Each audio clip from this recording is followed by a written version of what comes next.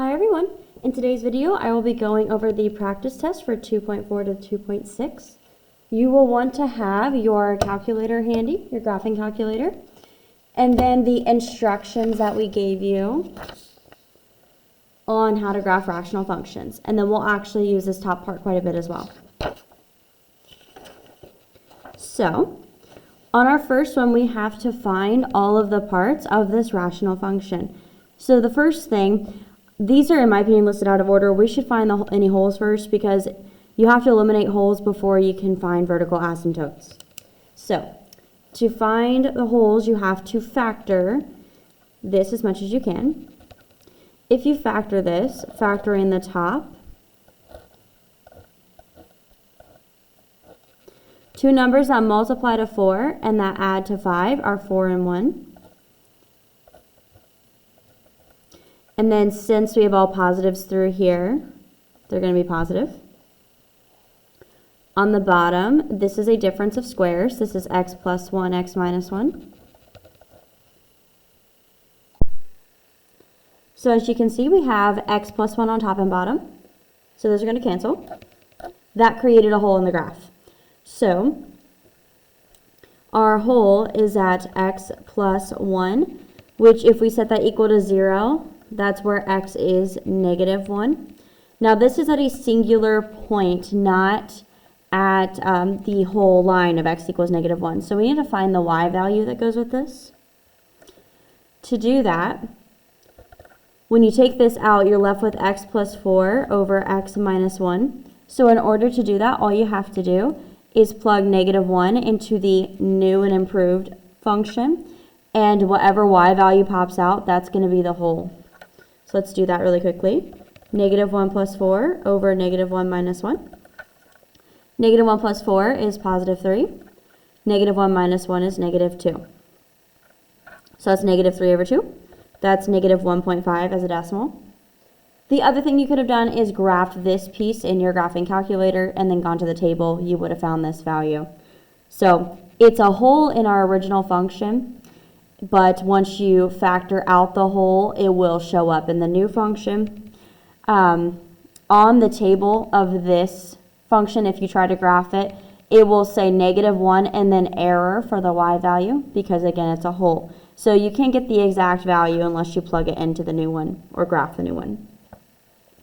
Now that we have removed the hole, we can find the vertical asymptote. To find the vertical asymptote, you just take the denominator and set it equal to 0. So if we do that, we'll get x equals positive 1. That's the asymptote. And if you want to save a little bit of time, we can graph some of this stuff as we go on the graph. So asymptote at 1. Vertical asymptote.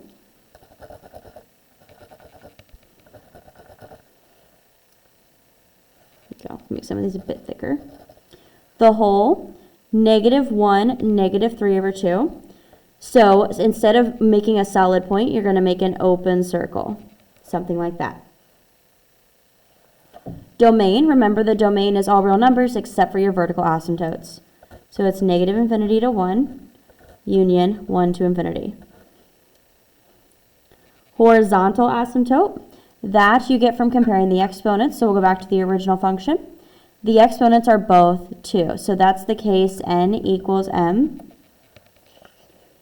And when they're equal, you're just going to use the coefficients of the LCs, of the leading terms. So these both have a coefficient of 1. So remember, you write that as y equals, and then you write the coefficients over each other. So this would be 1 over 1. So our asymptote is just y equals 1.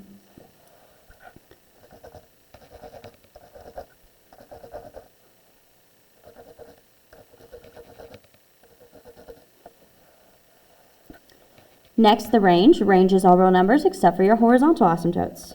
So negative infinity up to 1, union 1 to infinity, just like the domain, ironically. X and Y intercept. You can find that by hand or on your calculator. I will go ahead and tell you on the test version of the instructions, we don't give you the by hand, which you should know how to do. If you want to do the x-intercept by hand, it's 0 for y, Then the y-intercept is 0 for x. However, you can just also plug that into your calculator. So let's do that. And we're going to do that anyway so that we can graph it and get a few extra points. Nope, forgot to make it the fraction.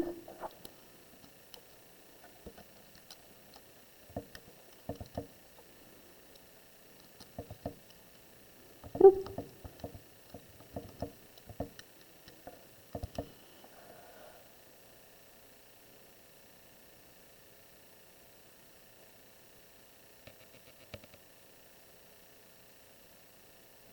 So we can see it has one x-intercept. It looks like it's at -4. Let me check it.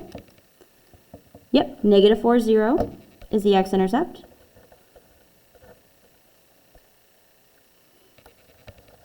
And then the y-intercept looks like it is -4. Let me check. So good on, oh, there it was. 0 on the x, so -4.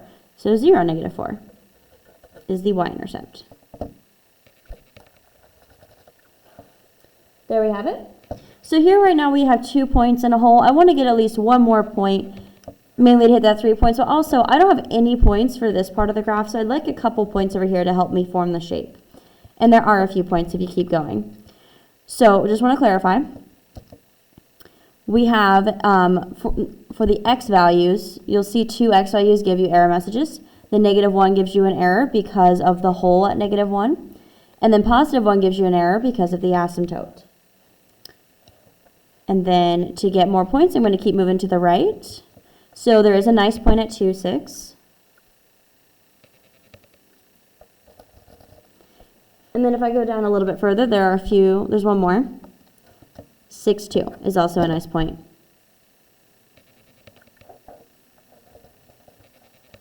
So that'll help me draw my other part of the graph more easily.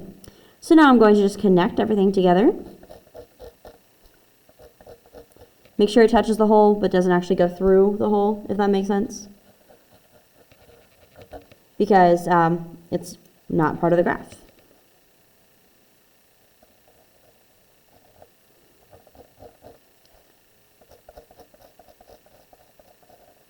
Something like that. Pretty good. So that was number 1. Number 2, use synthetic substitution to find f of -5 for f of x equals x cubed minus 5x plus 2.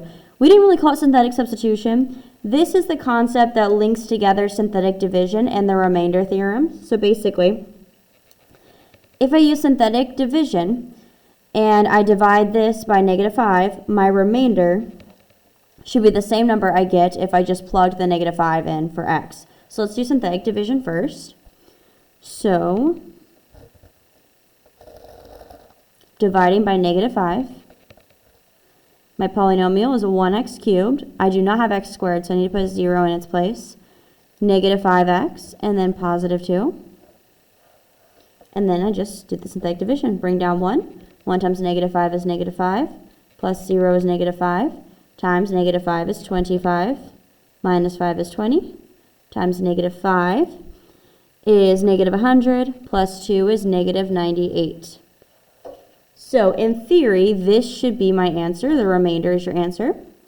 To check it, you just plug in -5 into f.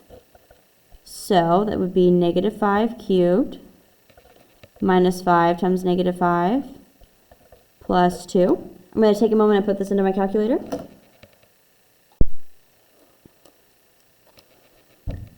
Done. When I do that, you see that I do get -98, which is the remainder that I got. So that matched perfectly. Number 3, 1 factor of 2x cubed plus 15x squared plus 22x minus 15 is x plus 5. Find the remaining factors. So this one you will want a separate piece of paper. And on a lot of these, especially when we get to the back side, you'll need a separate piece of paper. This takes a little bit of space, to say the least.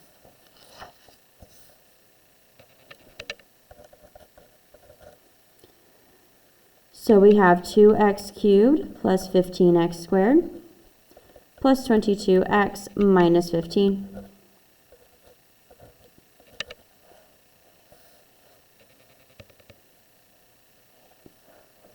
So since they give us x plus 5, and the goal is to break this down into its polynomials, presumably we're going to have 3 polynomials, but we'll see where we end up. It could just be 1 and 2, it just depends. They want us to use synthetic division to break this down and then get our other factors. So my polynomial is 2x cubed, 15x squared, 22x, and negative 15. And divided by negative 5. Remember that. This is a factor. The root is actually negative 5. Bring down 2 times negative 5 is negative 10. Plus 15 is positive 5. Times negative 5 is negative 25. Plus 22 is negative 3. Times negative 5 is positive 15, which gives us 0 as it should. It's a root. So let's write this as the polynomial. 2x squared plus 5x minus 3. Now for me, my immediate knee-jerk reaction is to go to quadratic formula. However, this does actually factor down pretty nicely with slide and divide, so let's do that. Reminder, if you can't figure out what the factors are, use quadratic formula. That is definitely a way to go. A times c, so that's negative 6, and b is positive 5. So we want 6 and 5. Or sorry, negative 6, and then we want a positive 5. So two factors of 6 that will give me, 5 would be 6 and 1. And then this is a negative 6, so one of these has to be negative. Since I want to get 5 out of it, I'm going to make the smaller number the negative. And if you think about it, 6 minus 1 is 5, so that works. So those are my factors. X plus 6, x minus 1. And then we divide by the a. This is x plus 3. This is not factor, or not factor, does not simplify. So 2x minus 1. So I got these two factors out of it. And there are maximum of 3 zeros. I have found 3 real zeros, so I know I'm done. This is the most I could get out of here. Whoops. I apologize for how loud that probably sounded. And then, of course, we can always put this into our calculator to check it. I wasn't done.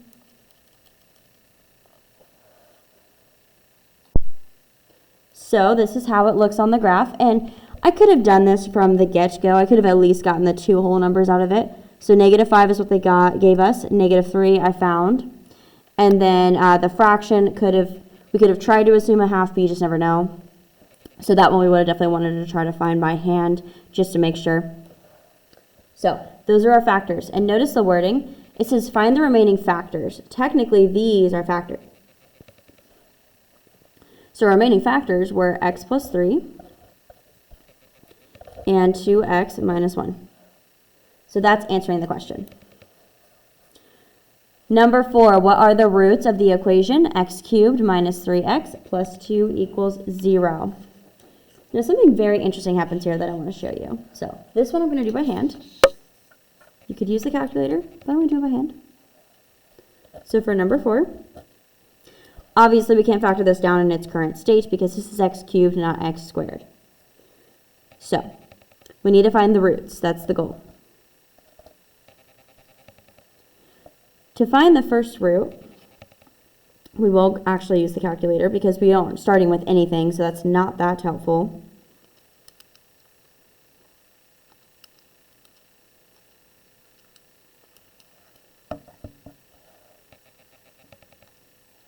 So they gave us 2 roots. They gave us negative 2 and positive 1. Now, we've got 3 max. There's 2 here. So let's pull these out and see what's left. So my polynomial is, of course, we're using synthetic division here. 1, we don't have x squared, so I need a 0 in.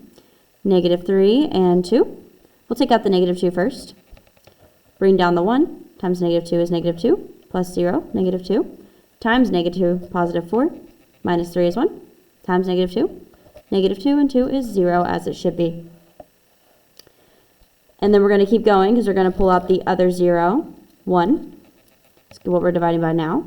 Bring down 1, times 1 is 1, minus 2 is negative 1, times 1 is negative 1, plus 1 is 0, as it should be. As a polynomial, this is x minus 1. So to get the root, we set this equal to 0, x equals 1. But wait a minute, we already have 1. We list 1 twice. So let me show you. Look at the graph. Multiplicity is the topic of conversation now. Notice that at negative 2, it goes through the point. That means it's odd multiplicity. That means it's just 1. Whereas this here has even multiplicity because it bounces. So, to answer the question, the roots are negative 2 and 1. Let me take this a little further just to kind of connect the concepts together.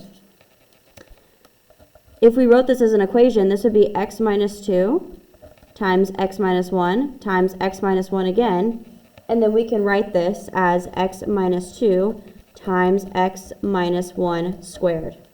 So when we say that something has a multiplicity that's bigger than 1, that's the number of times that that 0 is repeated in the breakdown. So this has multiplicity 2 because it appears twice when we factor it down. And again, it appears that way on the graph because it bounces there. So hopefully that all just kind of formed a nice picture of how this all works and how all these things connect together. So had we noticed that from the get-go, we could have very easily answered this from the graph. But many of you may not realize that that's what that multiplicity means. That if we have 3 zeros max, we've got 1 here and this bounces. That means this has to have multiplicity 2 to give us 3 in total. Because the other thought might be, well, what if we have imaginary and I just can't see them? So now you know. Number 5. Sketch the graph more accurately using the roots of the function f of x equals x cubed minus 8x squared minus x plus 8 and describe the end behavior. So this is one where we can definitely do some of it on our calculator. So the p's and q's, that's where you have the coefficient factors over the the constant factors over the leading coefficient factors. So this would be the factors of 8 over the factors of 1. 8 is the constant, and 1 is the leading coefficient. So we have plus or minus, the factors of 8 are 1, 2, 4, and 8, and then 1 is just plus or minus 1. So my p's and q's, my possible zeros, are plus or minus 1, 2, 4, and 8. They're all over 1, so they'll be whole numbers. So my roots, I can just get from my calculator.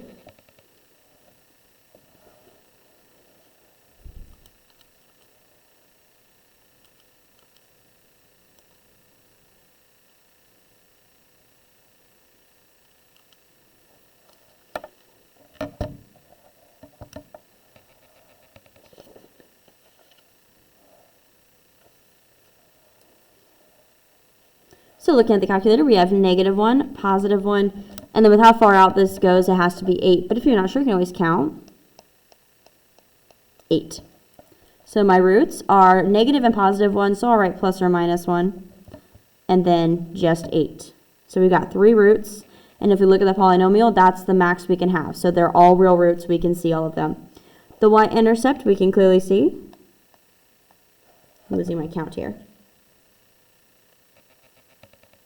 8. The point 0.08.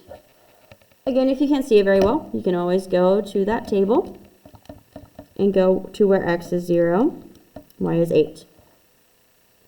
Lastly, the end behavior, go back to the graph. Wait, actually, let's graph this first, then we'll talk about end behavior. So our roots were on negative 1, positive 1, 8. Y-intercept was at 8, and then we look at the calculator to show us how to draw the shape. So it looks like this curves down, and it stays down because if it turned around and came back up, then it would be hitting on the x-axis somewhere over here. Then it curves down here, hits the x-axis, goes down, disappears, and then it comes back up at the 8. And then it keeps going, and I know that it's going to keep going up because if it were to come back down, it can't because we have our maximum number of zeros. So in behavior, this is writing it with the infinity notation. X approaches positive infinity. This is the right side of the graph. Pay attention. We will flip the order just to make sure you are paying attention. So the right side of the graph, that's over here, the right end, this graph is pointing up. Up goes to positive infinity. So f of x, y, is going to positive infinity. And then as x approaches negative infinity, that's the left side of the graph. Let's see what the graph's doing. The graph is pointing down. Down, that's negative infinity, so negative infinity. That's our end behavior. And it should be this way anyway. If we pull the end behavior from the polynomial, our highest term is x cubed. Since we have a 3 here, that tells us it's odd. And then we have a positive 1 in front. Remember, odd and positive. Odd is disco, and positive we go to the right. So the left side should be down, and the right side should be up, just like so. Back page. Write a polynomial given its zeros. So for number 6, we're given zeros -5 and 3i. The hidden word we need to be remembering in here is a rational polynomial. Because of that, I cannot just have 3i. I have to include -3i. It's conjugate. The reason I have to do that is so when I'm multiplying all these together, the i's are essentially eliminated in the process, at least in the actual polynomial. Now, if I factor it back down, I will get those roots again, but for now, I won't be able to see them, which is what we want. We'd rather not have to see those. So this is where we just take our roots and create an equation out of them. So our zeros, we have x equals -5, x equals 3i, and x equals -3i. Then we move all of these to the left, so we set it equal to 0. X plus 5 equals 0. X minus 3i equals 0. X plus 3i equals 0. Then we can create an equation and write these as the factors. X plus 5 times x minus 3i times x plus 3i. Reminder, when you're multiplying these three together, start with the back two. These are a difference of squares. They multiply very nicely. If you multiply this with the part that has only rational numbers, it gets a little ugly before it gets pretty. That's not preferred. So I'm just going to bring down the x plus 5. Remember, this is a difference of squares setup, so you only multiply the first and the last together. This is x squared minus 9i squared. And then reminder, I squared is the same thing as -1, so this is x squared minus 9 times -1.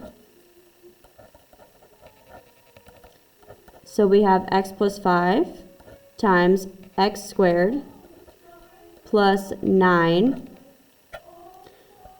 And then lastly, we just multiply our two binomials together to get our final answer. X times x squared is x cubed.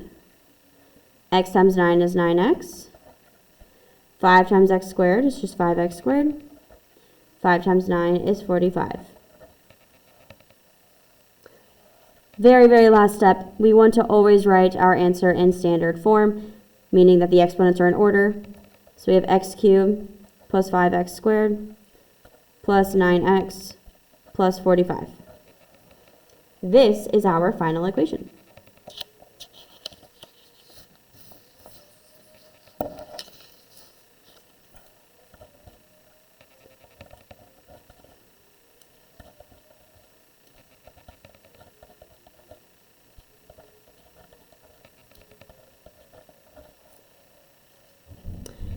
Repeat that with number 7. Notice we have all rational numbers here. We don't have any i's and we don't have any square roots that aren't perfect. So these are my zeros. I'm just going to write them as factors and then multiply them all together.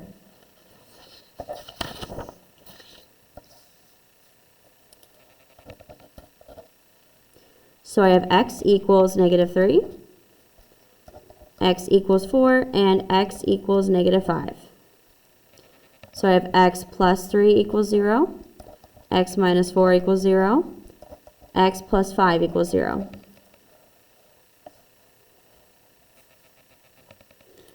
And then f of x equals x plus 3 times x minus 4 times x plus 5.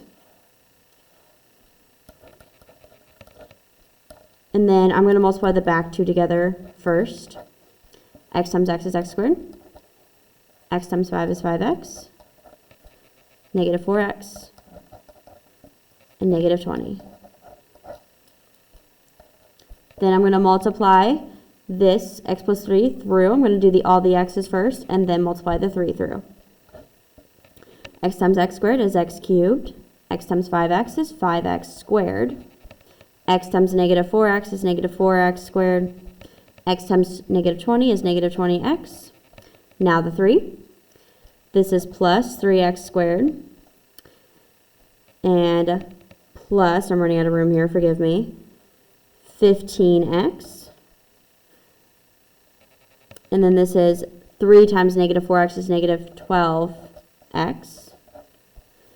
And then 3 times negative 20 is negative 60. Do a little bit more algebra here. So I've got x cubed.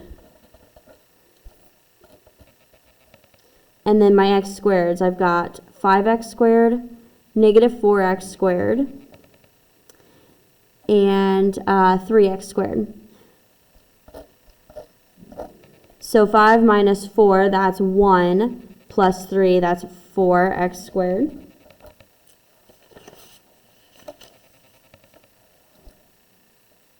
So where was I at? Right here.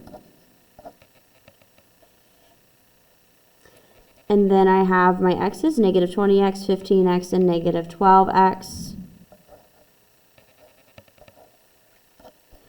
So let's see. Negative 20 and positive 15, that's negative 5. Minus 12, that's a minus 17x. And then minus 60. And that should be it. Yes, that's correct.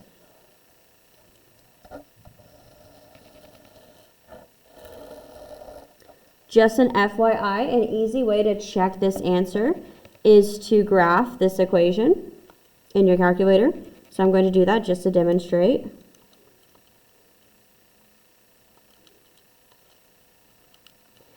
And the graph should cross at all three of these places.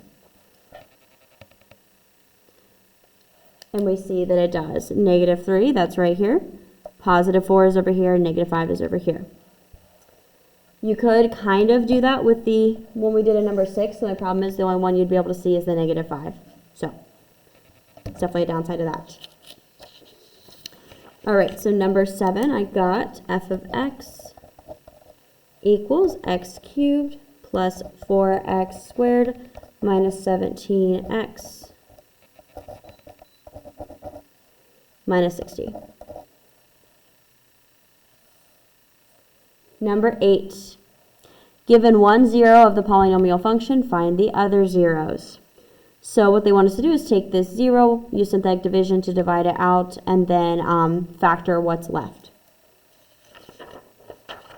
I'm going to need a new piece of paper over here.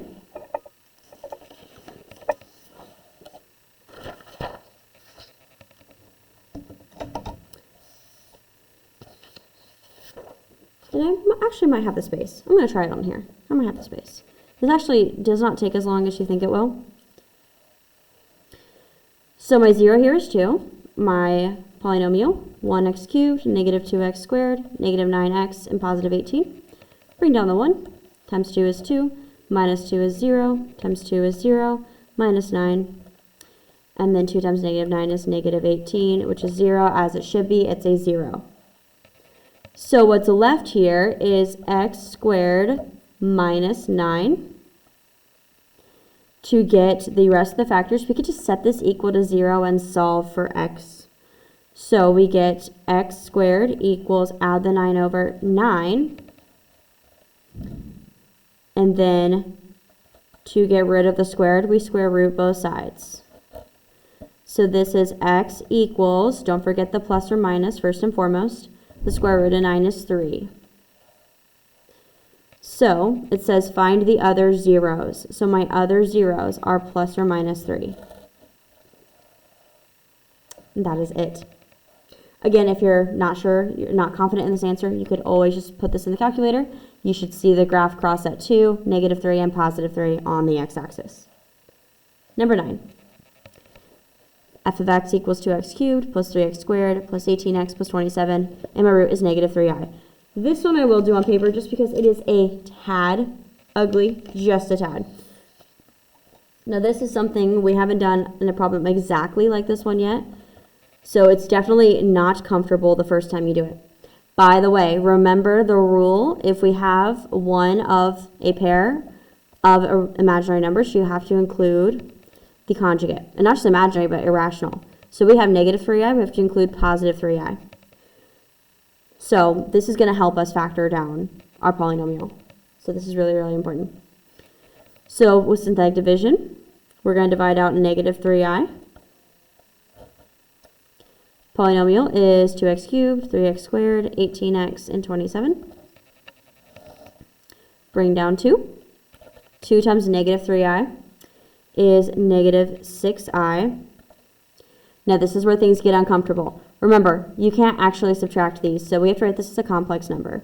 So we have 3 minus 6i, kind of scrunched here for space. I'm going to write that in parentheses. Now multiplying this through, I've got -3i times 3, that's -9i.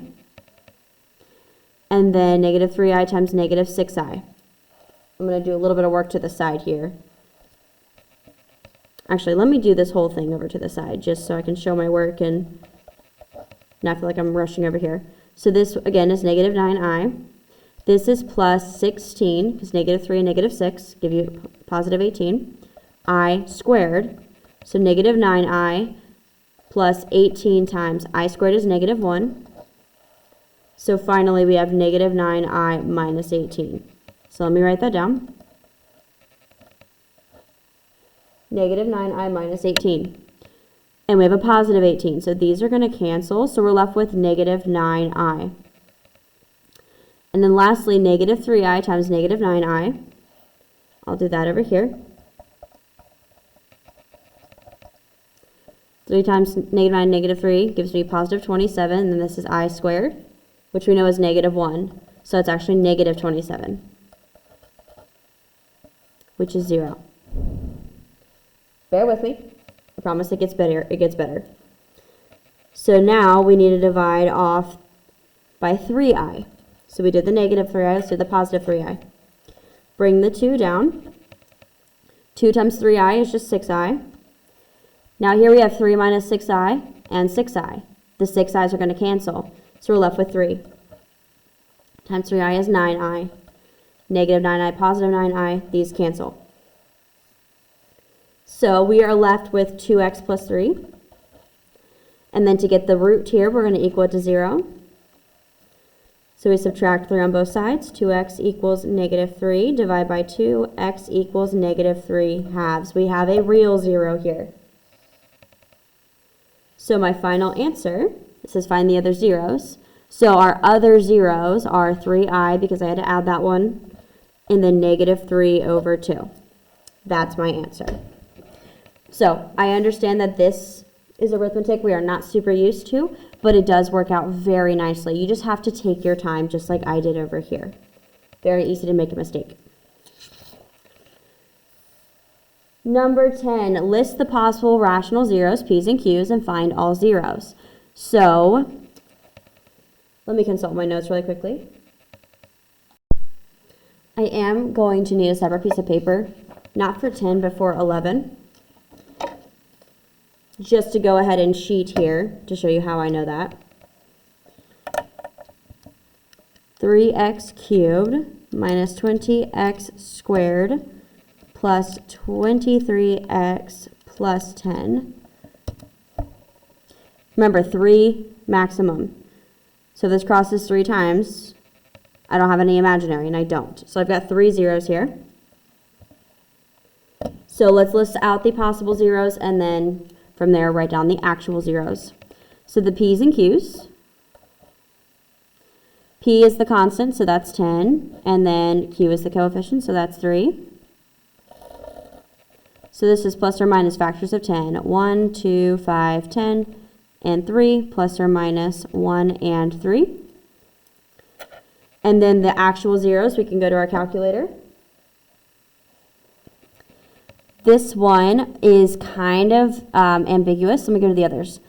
We have positive 2, what am I thinking, which is an option. And then we have positive 5, which is also an option. Now we can tell this one over here is a fraction. So of the fraction options, it obviously have to be over 3 with a 3 on bottom. It can either be 1/3 or 2/3. 5/3 and 10/3 are too big.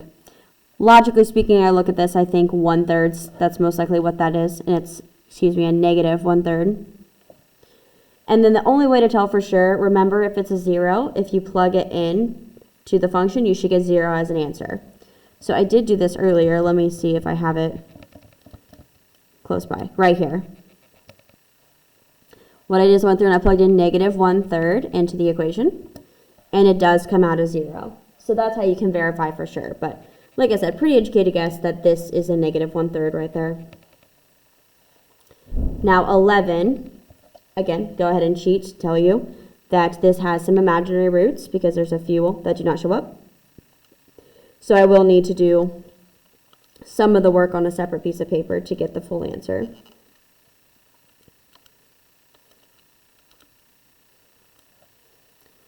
So you can have up to 4 zeros. Notice it clearly has 2 and they both go through, so it's not like we have a multiplicity thing going on here. So let's find the P's and Q's first. P here's the 12. You don't have to worry about the sign because we're doing plus or minus anyway. And then we got 1 as the coefficient.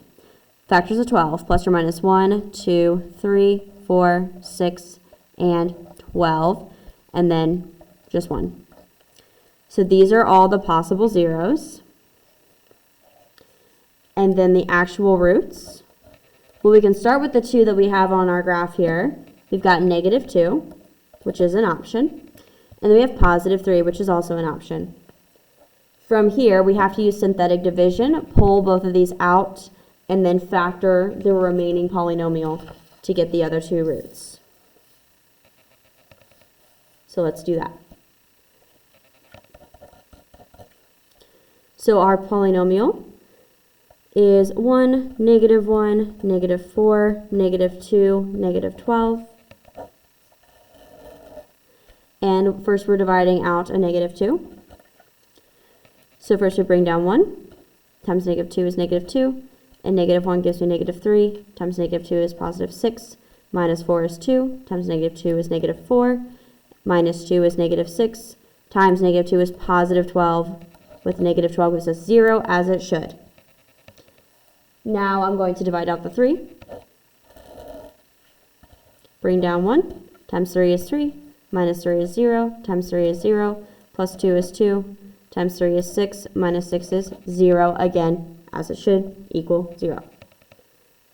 So then when I write this as a polynomial, this is x squared, that's what the word 1 is for, plus 2 equals 0. I can actually get away with not having to use quadratic formula here. You could if you want, but I could just solve for x.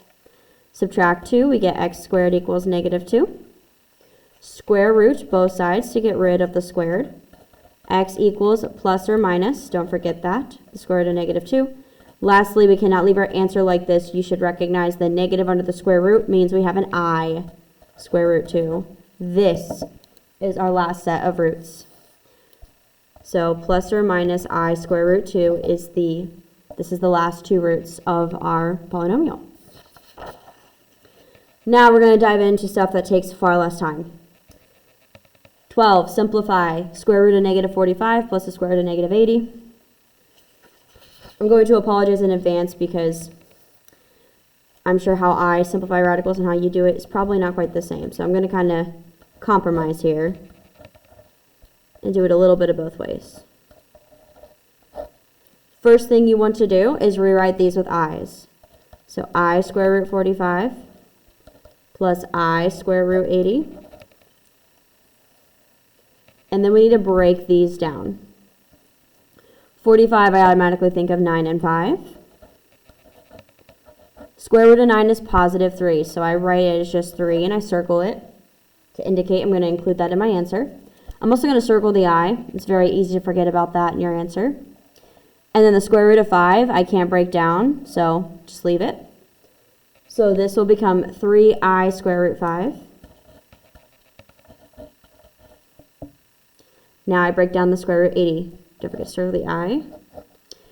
80, I automatically think 8 and 10. I know it's not the most straightforward way to get there, but I will get there eventually. 8 breaks down to 4 and 2. Square root of 4 is a whole number, or is perfect square. It's 2. And then 10 breaks down into 5 and 2. So since I have a pair of 2's, square root 2's, if I multiply those together, I will get another 2. And then I'll have those times the square root of 5. I know, it's messy. I'm sorry. But this is just kind of how my brain works. I don't like to break it down completely. If you want to break it down further, be my guest. As long as you get the same answer as me, we are good to go. So if 2 times 2 is 4, I square root 5. So let me rewrite this expression now with these added together. 3i square root 5 plus 4i square root 5. And then since these both have the I square root 5, you can add them together. If you struggle to see that, pretend that this I was actually just an x. If we had x square root 5 here on both of them, you could definitely add them. So the same thing applies with the I. 3 plus 4 is 7, I square root 5. That is our final answer.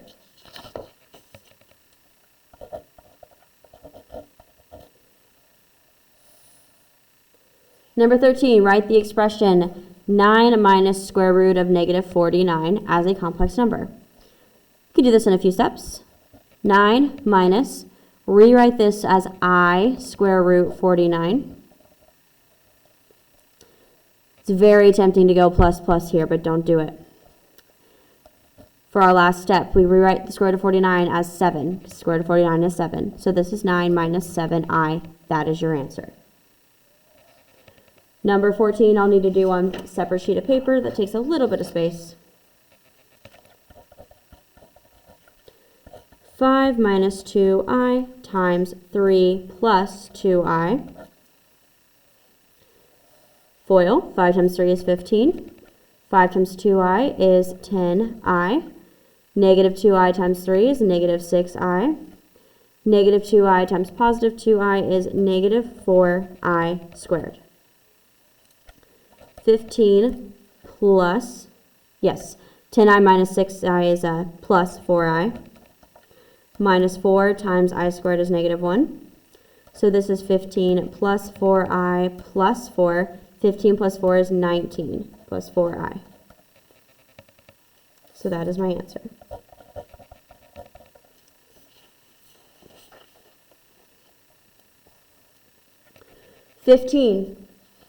I don't need an extra paper for this. Be very careful here. As I'm grading your quizzes, one big thing I'm noticing is that a lot of you are multiplying these. There's a minus in between these two. This is subtraction. So what you want to do is rewrite this with the sign. So you'll distribute this negative 1 in here. So change the signs in here. So we have 27 minus 15i minus 10 minus 17i. And then you just combine your like terms. So I'm going to do the real numbers first because that has to go first. 27 and negative 10 is 17. Negative 15i and negative 17i is negative 32i. That's literally it. That is your answer. 16 is actually a pretty quick problem, so let's do it. Let's do it like this. Number 16. 1 over 1 minus 7i. We can't leave our answer like this because you can never have an I on the bottom of a fraction. To get rid of it, you multiply the top and the bottom by the conjugate of the bottom. For the conjugate, it's this same expression, you just change the sign on the I. So this becomes 1 plus 7i. A lot of you still struggle with this. All you're doing is changing the sign on I. We're not changing the sign on 1. We're not keeping it the same. We're not dropping the 1. We are just taking this expression and changing the sign on the number that has I. You have to do that. If you change anything else, it will not work. So let's multiply. Top's pretty easy. This stays the same. 1 times that. 1 plus 7i on top, on the bottom. This is a difference of squares, which is why it works the way it does. So you just multiply the fronts and the backs. 1 minus 7 times 7 is 49.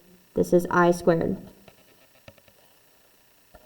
So 1 plus 7i over 1 minus 49 times I squared is negative 1.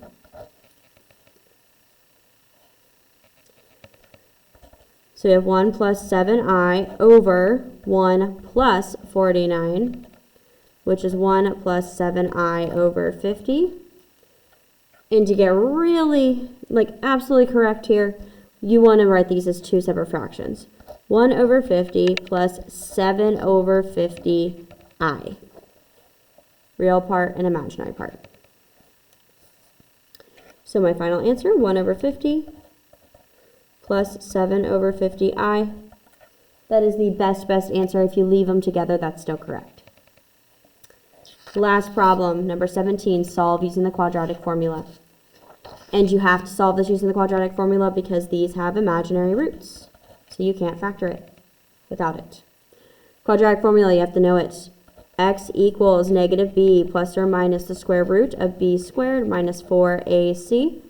And it's all over 2a. So our polynomial here is x squared plus 6x plus 13. This is a is 1, b is 6, c is 13. So we have x equals negative b is 6 plus or minus square root b squared, so that's 6 squared, minus 4 times a is 1 times c is 13. And it's all over 2. 2 times a is 1, so 2. Negative 6 plus or minus square root of 36 minus 52 over 2. Negative 6 plus or minus square root. 36 minus 52 is negative 16 over 2. Negative 6 plus or minus, write this as I times the square root of 16. Because the negative under the square root is just the I. Over 2. Rewrite the square root of 16 as 4. Negative 6 plus or minus 4i over 2. Last step is to simplify. These are both divisible by 2, so your final answer is negative 3 plus or minus 2i.